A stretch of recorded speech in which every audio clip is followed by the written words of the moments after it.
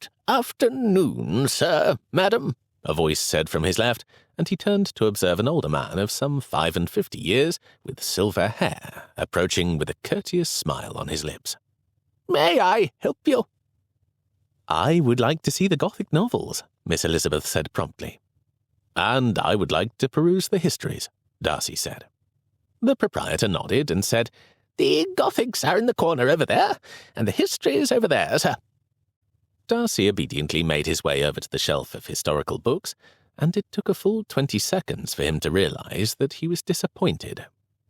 It took him another minute to discover that he very much wanted to look at Gothic novels with Elizabeth Bennet, not historical books without her. Which was absurd and indeed dishonourable. He was engaged to another woman, and even though the engagement was for show, he was nonetheless legally promised to Caroline at the moment. And yet, the more time he spent with Miss Elizabeth, the more drawn he was to her beauty and her cheer and her lightness of spirit. His mind and his feet warred with one another, and his feet won. He found himself walking across the smooth wooden planks to where Miss Elizabeth was standing with a copy of the Mysteries of Udolpho in her gloved hands, her eyes eagerly devouring the words on the page. She looked up in some surprise, and then she smiled and said, Did you not find anything of interest, sir? I did not, he said. He had not even really searched, but she did not need to know that.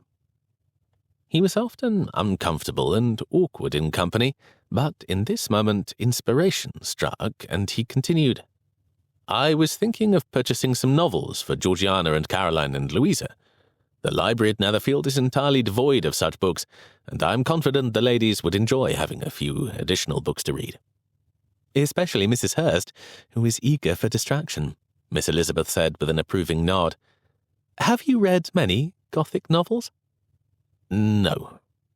Well, I quite like Anne Radcliffe's novels, and there are several here. I would especially recommend The Italian.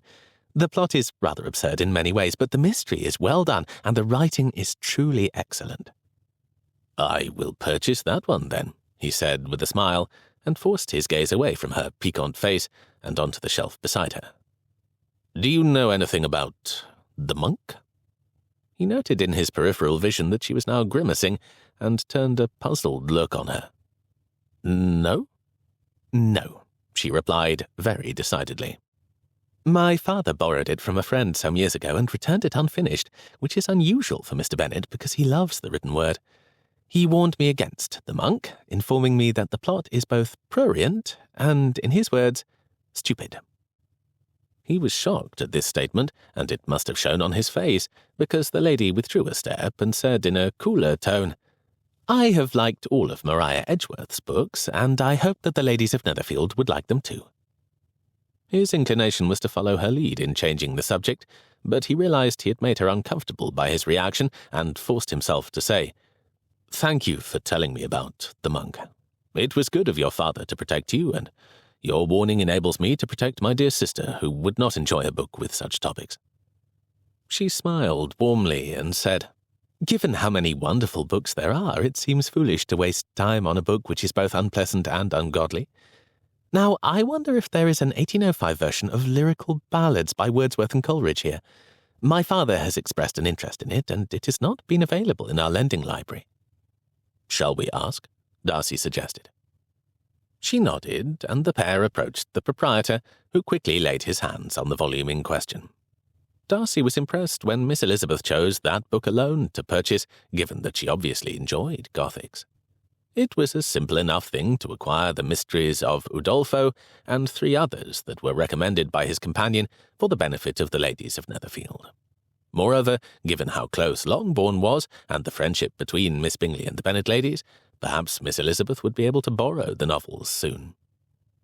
That provoked a strange warmth in his chest, and when it was time to leave, he realized he was smiling as he held a tidy package of books in the crook of his left arm as he escorted Miss Elizabeth out of the bookstore and across the street to the inn. Her slender fingers on his right arm made his heart beat strangely faster, and he found himself pleasingly bewildered. What was it about this lady that drew him so?